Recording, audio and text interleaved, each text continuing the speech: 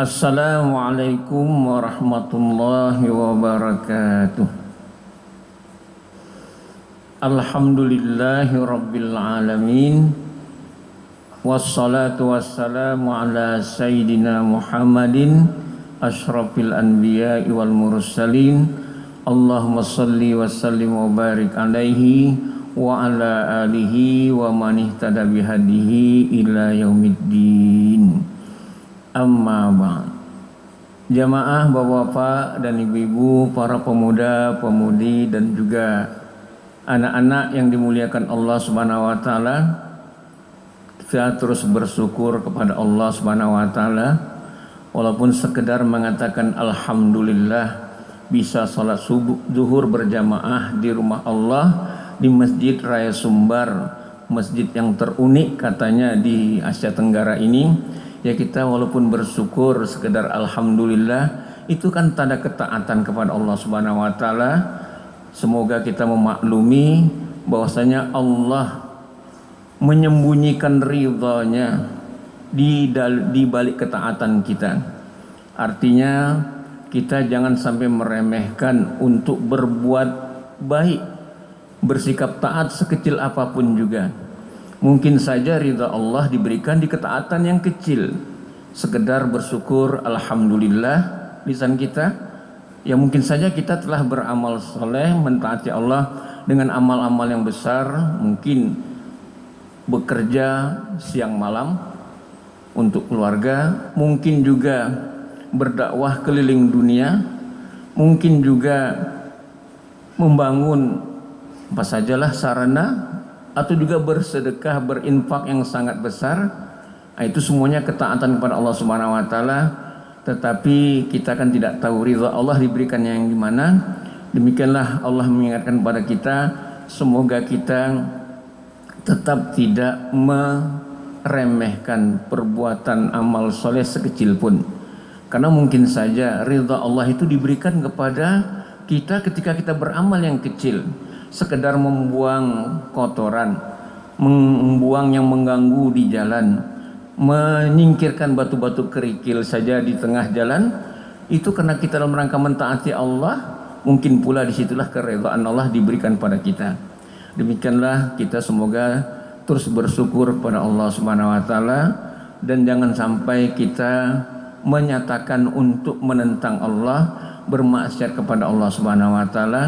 Karena memang Allah juga menyembunyikan murkanya di balik kemaksiatan yang kita kerjakan. Mungkin Allah tidak memberikan murkanya di waktu kita telah berbuat maksiat yang sangat besar, membunuh orang misalnya, mencuri miliaran milik orang misalnya. Allah belum menurunkan murkanya. Bisa saja Allah menurunkan murkanya di kemaksiatan yang kecil. Ketika sedang ada dikumandangkan azan, HP juga masih dipegang, enggak apa-apa, azan biarkanlah, kan waktu sholat masih panjang. Ini acara yang terlihat di HP ini mungkin hilang setelah ini, tidak ada lagi dilihat, maka ketika itulah melalaikan sholat. Itu kan sesuatu maksiat juga. Tetapi kita tetap meyakini Allah menyembunyikan murkanya di balik kemaksiatan kita, sehingga kita harus hati-hati. Karena kita jangan sampai meremehkan maksiat apapun juga, semoga kita hindari. Sama tadi, kita semoga terus berusaha untuk mentaati Allah, baik amalan yang kecil maupun yang besar, karena Allah menyembunyikan ridhonya di balik ketaatan kita. Kalau sudah diberikan oleh Allah ridhonya kepada kita, maka harapan kita pun akan tercapai. Tapi mungkin ketika kita bertanya-tanya, kenapa kok harapan belum tercapai-capai, padahal amal yang taat sudah banyak kali dikerjakan, mungkin Allah masih menguji kita. Demikianlah, semoga kita di bulan Dzulhijjah, masih di tanggal 4 Dzulhijjah kira-kira ini, tidak berapa lama lagi kita pun akan memasuki tanggal 10 Dzulhijjah. Itulah yang kita sebut dengan hari raya kurban, hari raya haji, hari Idul Adha. Semoga kita terus berusaha mengambil, katakanlah mempelajari hikmah-hikmah dari perjalanan hidup kita dari bulan Ramadan sampai sekarang bulan Dzulhijjah. Mungkin bapak-bapak dan ibu yang telah menunaikan ibadah haji, alhamdulillah bersyukur karena masih hidup. Dan kita mungkin bapak-bapak dan ibu-ibu yang belum sempat atau belum ditakdirkan menunaikan ibadah haji, ya tetap juga bersyukur, bersabar, tetap dengan niat semoga nanti di lain waktu pun Allah berikan kesempatan untuk menunaikan ibadah haji. Yang penting kalau yang sekarang mendapat menunaikan ibadah haji, sedang berada di tanah suci semuanya, atau bapak-bapak dan ibu-ibu yang sudah menunaikan ibadah haji, semoga hajinya yang telah dikerjakan atau yang sekarang sedang melaksanakannya itu mendapatkan haji mabrur.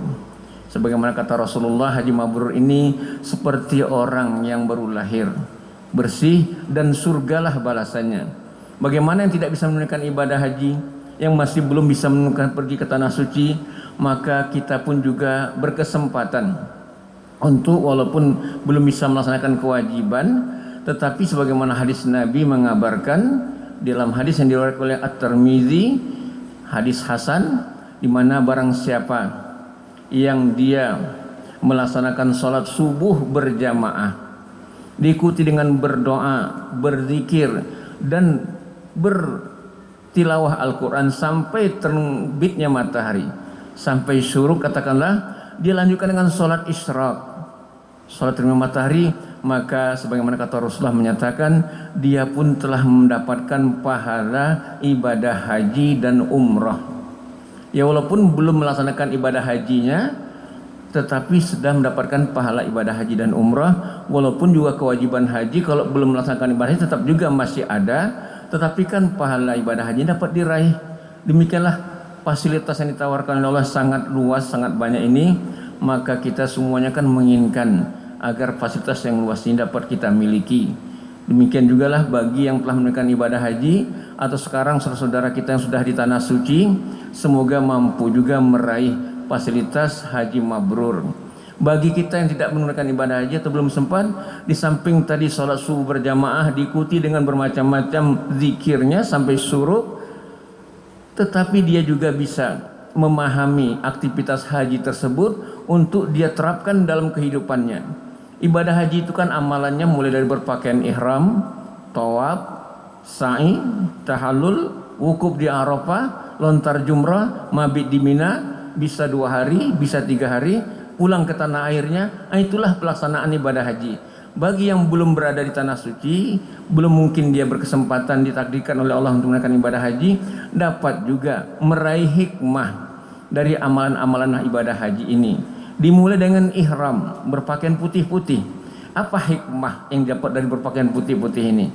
Bapak dan Ibu jamaah zuhur Masjid Raya Sumbar yang dimuliakan Allah, apa definisi hikmah itu? Hikmah itu dalam Al-Quran jelaskan, faman utiyal hikmata faqad utiya khairan katsira. Hikmah itu adalah kebaikan yang banyak. Jadi orang mendapatkan hikmah, orang mendapatkan kebaikan yang banyak.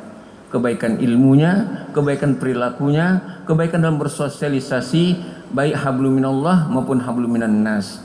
Maka demikianlah hikmah dari ibadah haji, walaupun mungkin kita yang di tanah air tidak berada di tanah suci, tetapi bisa juga meraih hikmah dari aktivitas haji dimulai dengan ihram. Ihram berpakaian putih. Apa pelajaran kebaikan darinya?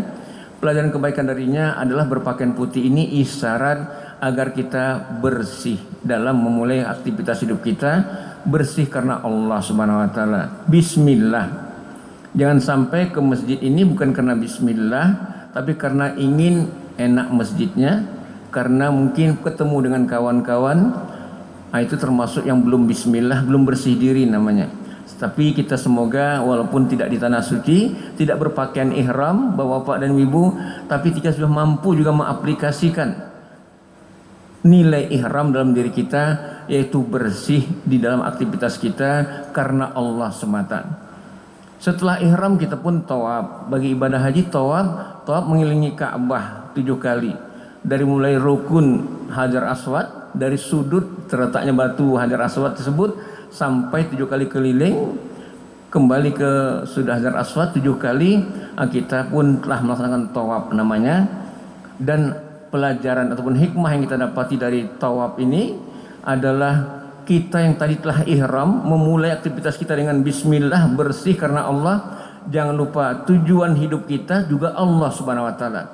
Jadi tawaf itu mengajarkan kita kebaikan agar tujuan hidup kita bukan dunia, bukan koleha, bukan karena A si B, tapi tujuan kita adalah Allah semata. Nah, itulah tawaf. Aktivitas haji, semoga jamaah haji yang nanti akan melakukan tawaf mampu juga meraih hikmah dia tawaf itu keliling Ka'bah. Kalau di musim haji ini kan sangat padat sekali di Masjidil Haram itu, mungkin berjuta-juta orang, mampu juga mereka meraih apa makna daripada tawaf tersebut, yaitu fokus tujuan hidupnya hanyalah Allah semata. Dari mulai ihram bismillah, dari karena Allah menuju Allah Subhanahu wa taala. Demikianlah ketemuan setelah kita tawaf, kita melakukan sa'i. Sa'i itu kita mulai dari Bukit Safa, berjalan, kemudian lari-lari kecil sampai ke Bukit Marwah. 7 kali katakanlah.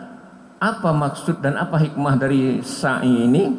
Sa'i ini kan perilaku yang Allah abadikan dari perilakunya ibunda Nabi Ismail alaihissalam, yaitu Siti Hajar radhiyallahu anha, di mana Siti Hajar ketika ditinggal oleh suaminya, ayah Nabi Ismail, Nabi Ibrahim alaihissalam, Nabi Ibrahim ada di Palestina, sedangkan Siti Hajar dan anaknya Nabi Ismail ada di Mekah.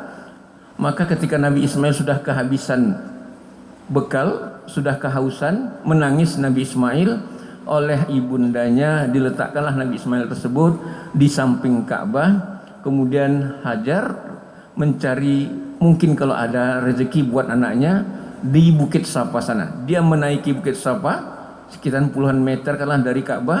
Dilihat dari Bukit Safa tidak nampak makanan dan minuman. Pergi dia ke Bukit Marwah, juga tidak nampak makanan dan minuman, sehingga akhirnya setelah berkali-kali dia putar menuju Safa dan Marwah, dia pun akhirnya kembali kepada anaknya. Ternyata ketika kembali kepada anaknya Nabi Ismail yang sedang menangis, dilihatnya rupanya rezeki buat anaknya ada di kaki anaknya, yang kita kenal dengan air Zam-Zam sekarang.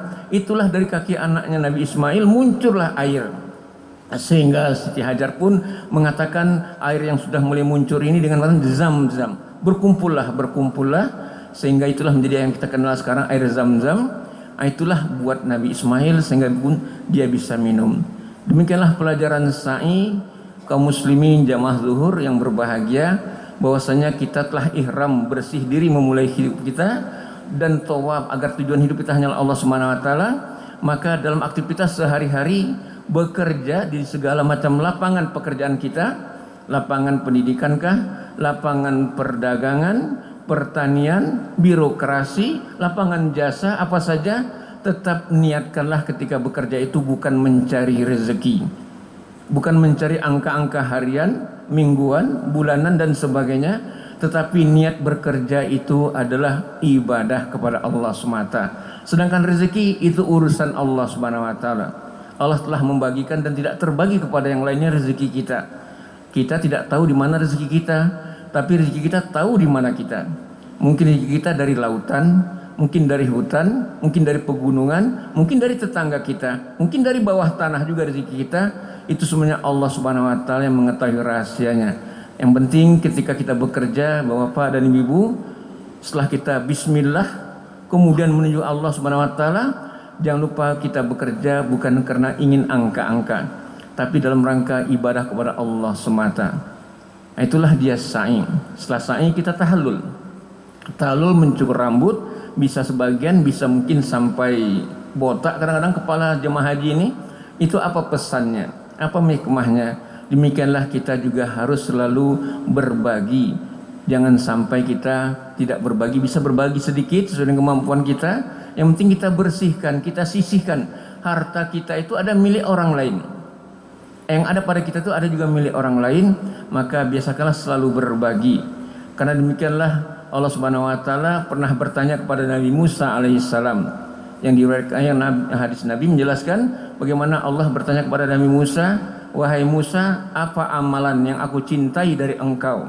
Nabi Musa pun menjawab, "Yang engkau cintai ya Allah, amalan dari aku adalah sholatku." Allah jawab, "Bukan." Maka Nabi Musa pun mengatakan, "Yang aku cinta, yang engkau cintai dari amalanku ya Allah, puasaku." Bukan juga. Engkau sholat untuk ketenangan kamu sendiri, engkau puasa untuk kesehatan kamu sendiri. Allah pun menjelaskan, yang aku cintai dari engkau wahai Nabi Musa adalah kamu mau berbagi. Itulah yang aku cintai dari engkau, karena maunya berbagi.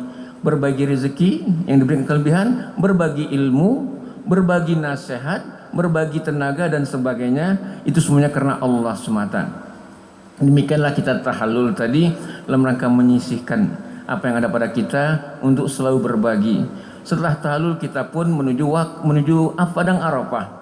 Di Padang Arafah kita hanya dari subuh sampai maghrib saja. Tidak boleh lama-lama, tidak boleh sampai berada di Padang Arafah itu sampai Isya pula lagi, sampai besok pula lagi, bisa batal haji kita. Tetapi sebentar saja di Padang Arafah untuk kita di sana berzikir, berdoa, mohon ampun pada Allah sebanyak-banyaknya. Bukan selfie-selfian, bukan foto-fotoan. Kadang-kadang jemaah haji ini kalau dari tanah suci di Padang Arafah habis waktu untuk berfoto-fotoan saja. Tetapi mestinya di tanah suci itu berzikir, berdoa, beristighfar. Karena itu sebentar saja. Setelah itu mesti kita tinggalkan Padang Arafah. Apa pelajaran, apa hikmah dari berada di Padang Arafah yang sebentar? Padang Arafah yang sebentar itulah pelajaran tentang kita hidup di dunia pun sebentar, tidak lama-lama. Kita hidup di dunia mungkin ada yang sudah sampai 80 tahun, 90 tahun, 100 tahun, ada yang cuma 20 tahun, kadang-kadang 30 tahun. Tetapi ketika sudah sakaratul maut nanti, baru terungkapkan di dalam ungkapannya, kok baru sebentar saya hidup, kok baru sebentar saya hidup. Padahal sudah 90 tahun, padahal sudah 100 tahun, padahal sudah lebih dari 60 tahun yang dikatakan oleh Nabi. Tapi kok ketika datang sakaratul maut, saya kok baru sebentar saja hidup di dunia. Demikianlah sekalian, di Padang Arafah itu kita sebentar supaya kita melatih rasa dari sekarang bahwasanya hidup kita di dunia cuma sebentar, tidak lama. Maka jangan sampai kita terlalu terpesona dengan dunia yang sebentar ini, tetapi dunia ini untuk berbekal buat kehidupan kita di kehidupan yang sebenarnya nanti di akhirat. Itulah dia wukuf di Arafah. Pelajarannya kita supaya meyakini bahwasanya hidup kita di dunia ini sebentar saja. Setelah wukuf di Arafah kita pun lontar jumrah. Lontar jumrah di Aqabah lebih dahulu. Apa yang kita dapati dari pelajaran melontar jumrah ini, baik ketika wukuf di Arafah dan ketika di Mina juga lagi kita pun lontar jumrah. Inilah pesan Allah, pelajaran buat kita bahwasanya hidup di dunia yang sebentar ini rupanya penuh dengan ujian, penuh dengan pertarungan, penuh dengan perlawanan. Siapa yang menjadi musuh kita? Siapa yang akan jadi lawan kita? Itulah dia syaitan. Jadi semoga kita hidup yang di dunia sebentar ini jangan bersantai-santai untuk menghadapi musuh yang paling utama ini syaitan, di mana dia harus diperangi.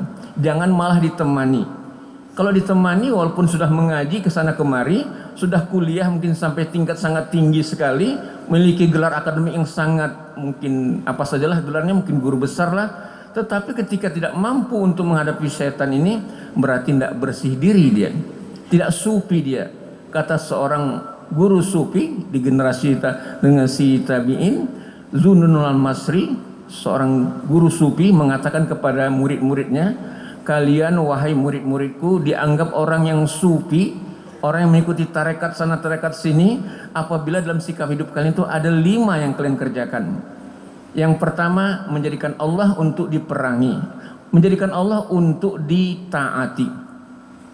Yang kedua, menjadikan Rasulullah untuk diteladani. Yang ketiga, menjadikan diri manusia sama manusia untuk saling menasihati, dan menjadikan nafsu yang ada pada diri setiap manusia.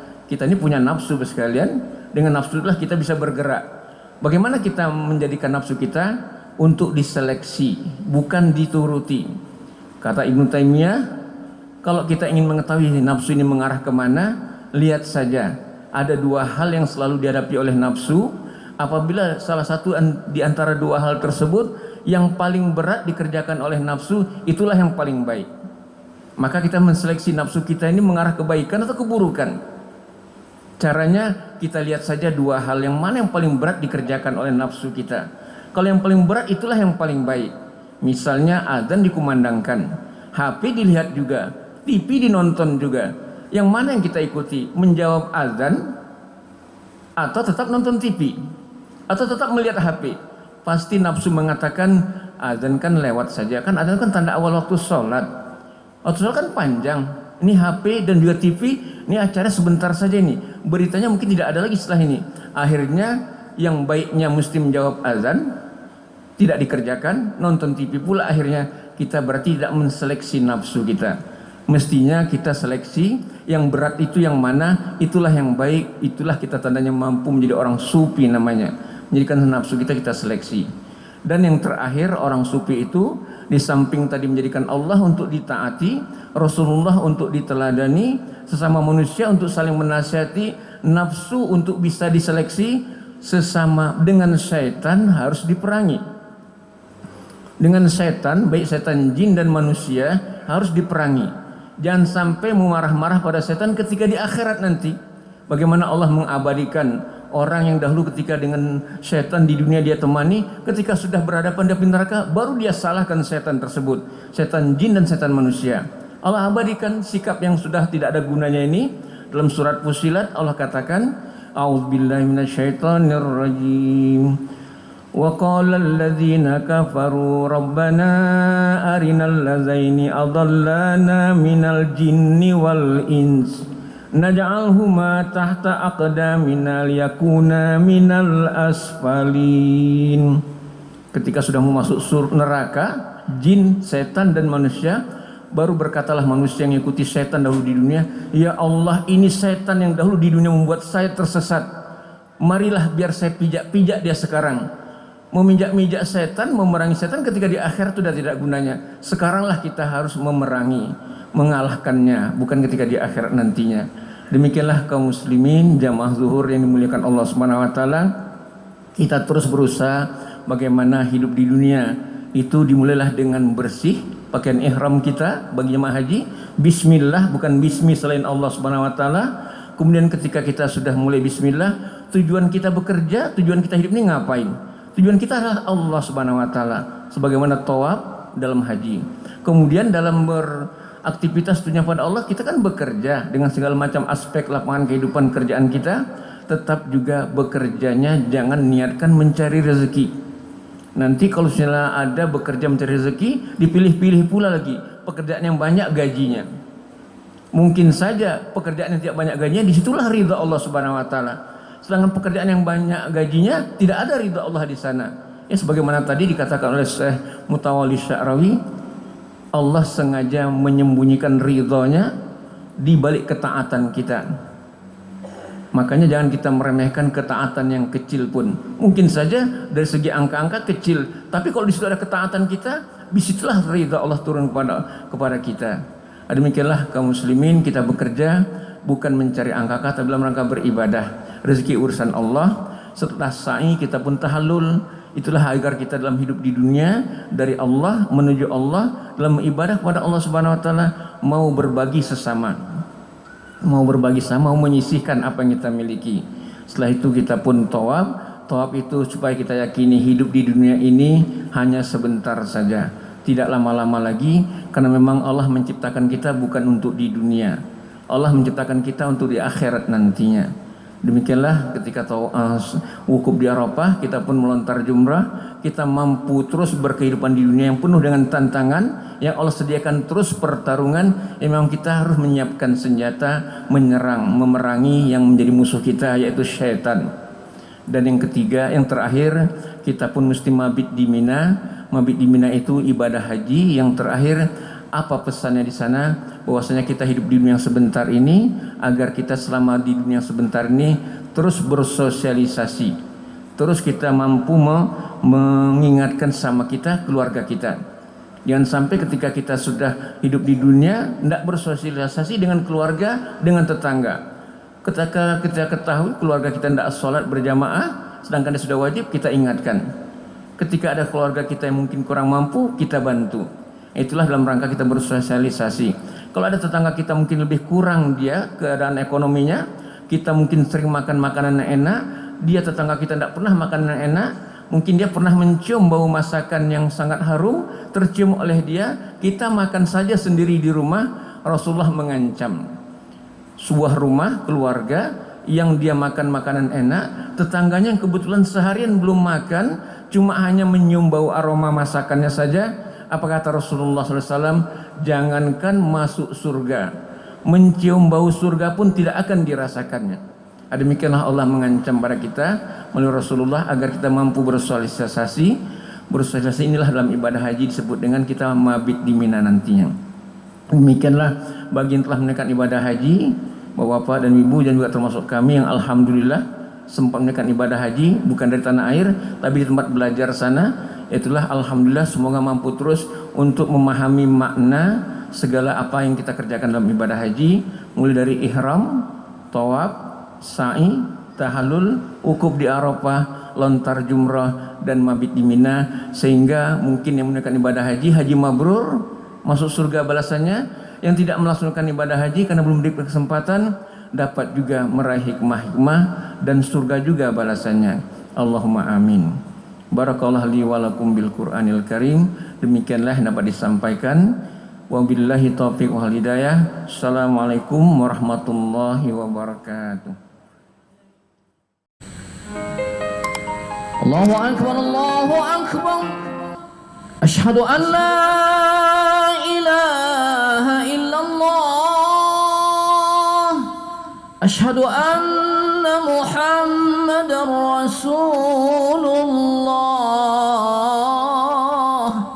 Hayya 'alas salati, hayya 'alal falah. Qad qamatis salatu, qad qamatis salah. Allahu akbar, Allahu akbar. La